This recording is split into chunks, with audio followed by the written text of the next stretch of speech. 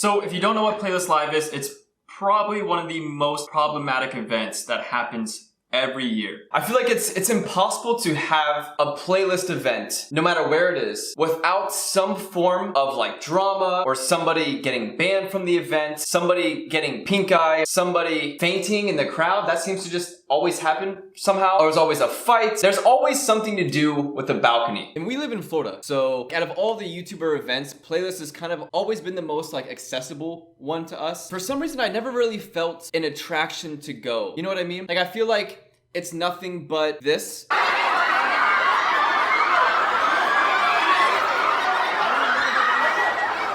And unless we're going to like meet viewers or friends there, there's never really been like a reason or a point for us to go. Bryce Hall says Playlist is probably the shit social media convention to exist, not gonna lie. And somebody said, why do I feel like you're just saying this because you're banned for off a balcony, lol. That I'm banned from VidCon 2. Playlist is just a shit event. And like this comment, if you watched our Bryce Hall video, it's the same event that he got banned from for off of a balcony. People can hate on Playlist, but does it reach TanaCon level? That's the thing about TanaCon is like, did it even happen? Because Rob and I have a friend who went to TanaCon, shout out to Chris Kemp, and he just stood in line for hours. I feel like TanaCon, people label it as like the worst event of all time, but it like didn't even happen. Like it was such a shitty event that the event didn't even like take place. She just like gave out a bunch of condoms and was like, TanaCon, by the way. Welcome to TanaCon. So much to the point to where being sunburned at TanaCon, like for waiting in line for so long, became like a meme. Like somebody literally did a video. We just found this, by the way. I got burnt at TanaCon. Sunburn SFX makeup tutorial. And she has like blisters and shit. There's like sunburn level. And then there's the I almost fucking died from the heat level.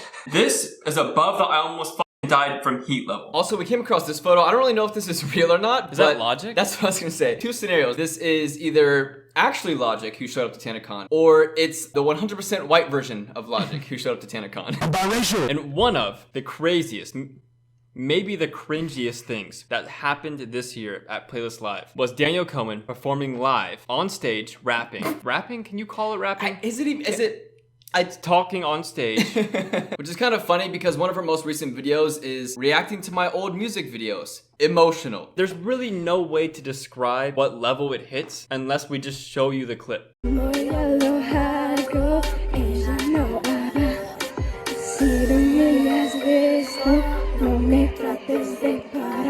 know what this reminds me of? When you're like in middle school or something and you're like doing like popcorn reading in class, and there's like that one kid who's like reading really quietly and then somebody in the back of the class is like, yo, can you speak up? I can't hear you. Yeah. Wait, are those LED lights? Yeah. I thought they only turn those on for TikTokers. It's pretty much a TikTok convention at this point. Yeah, true. Yeah. No. Bailamos. Oh my god! This is so much worse than I thought. Holy shit. They cut the music on her. You know how sometimes rappers will just cut the music and they'll like let the crowd sing, or like they'll just sing it themselves or whatever. They did that for Daniel Cohen, but it clearly just didn't work out.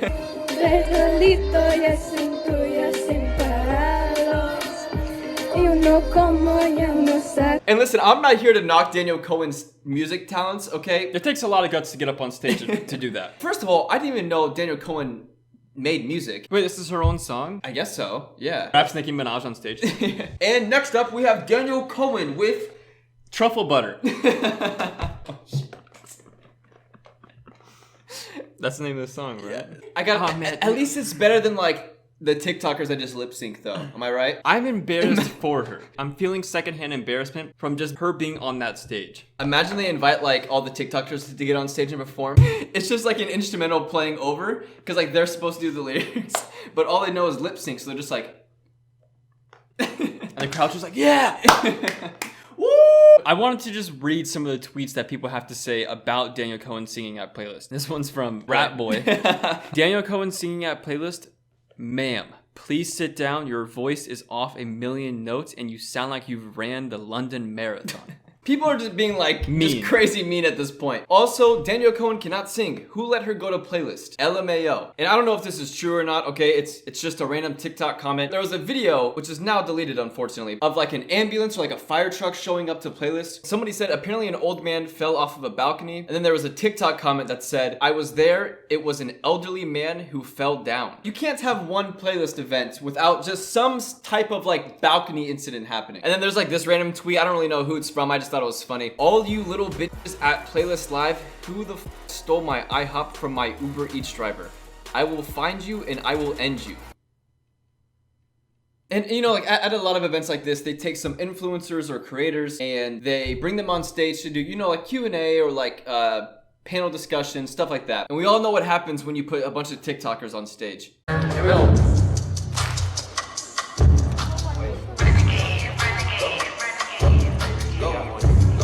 Wait, is the whole crowd doing a renegade too? Yes. So you have It's like an army of just renegade. My God, that's the most powerful army of all time. Imagine paying hundreds of dollars and you get there and you sit down to watch them perform and they make TikToks on stage. And you don't even get to be in them. Yeah.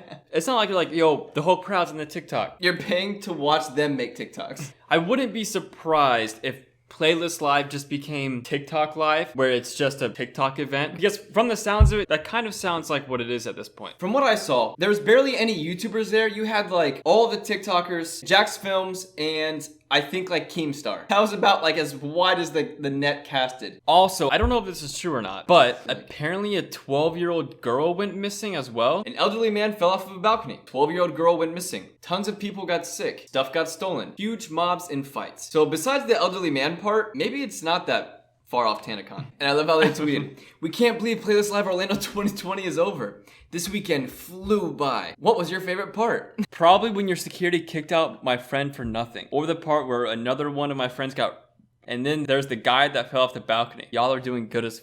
Getting pink eye from Tano Mojo. And another thing, especially with like the coronavirus going around right now, Somebody's gotta have it. people get sick from every event. Now, with the coronavirus, events are just a little bit more dangerous. Here's a tweet from Keemstar. You gotta love Keemstar. He says, bro. "Got my outfit ready for my fan meetup tomorrow at 10 a.m. Playlist Live." He's fucking Heisenberg 2.0. He's wearing a hazmat suit. With his fucking G Fuel hat. Speaking about Tana and Pink Eye, here are the photos of it, which is just a tiny bit terrifying. That's just disgusting. We're gonna put a warning on screen before we show that shit. Our whole video just got demonetized off that 2-inch frame of this photo alone. Don't you get pink eye from like Yep.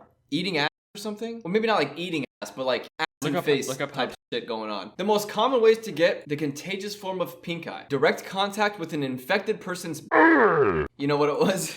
Tana was at the bottom of the balcony that Bryce was on. He just pissed off the balcony and just...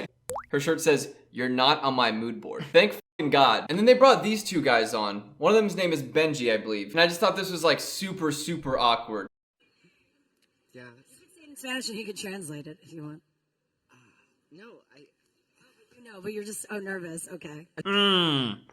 Bro, every event is gonna have some type of like cringe to it, right? It's at this point it's normal, but doesn't mean it's not funny. I just feel like if somebody's nervous on stage, you don't point it out. That makes them more nervous. It's like somebody's face is turning red. Don't point it out. That makes their face even more red. It's just a dick move. Yeah, it's just rude. And then this tweet kind of wraps up the entire event. From Lily Pichu says, "So far in Playlist, I've seen at least 20 people filming TikToks simultaneously. A security guard telling a 15-year-old he can't vape in the lobby. Selfies everywhere. Sad adults. Michael wanting to die." So whether you went to Playlist, whether you like Playlist, whether you hate Playlist, we were just nonstop hearing about Playlist all weekend long. And the second I saw that Daniel Cohen video, I told Robert, I was like, dude, we have to make a video on Playlist Live because there's just so much funny, Even if it was- cringe shit that happened. Even if it was just for like that 30-second Daniel Cohen video alone, we were making a video on it. But anyways, I hope you guys enjoyed the video. We make a ton of other funny commentary videos about all the types of different things going on in like this type of culture. So go check them out. I'm positive you'll enjoy them. Also, we read every single YouTube comment no matter what. We literally sit for hours on our phone and the YouTube Creator Studio app and just read every single comment you guys post. If you don't believe us, check the comment section right now. I swear every single comment is either hearted or replied to. And also, liking a video and commenting on a YouTube video helps out with the algorithm like a ton. So if you enjoy this video at all, help us out. And consider subscribing. Maybe at this time next year, we'll actually be big enough to be featured creators at Playlist. We're gonna go now though. We actually have a Daniel Cohen concert to attend to. Does it really count as a concert or is it like more of a stand-up?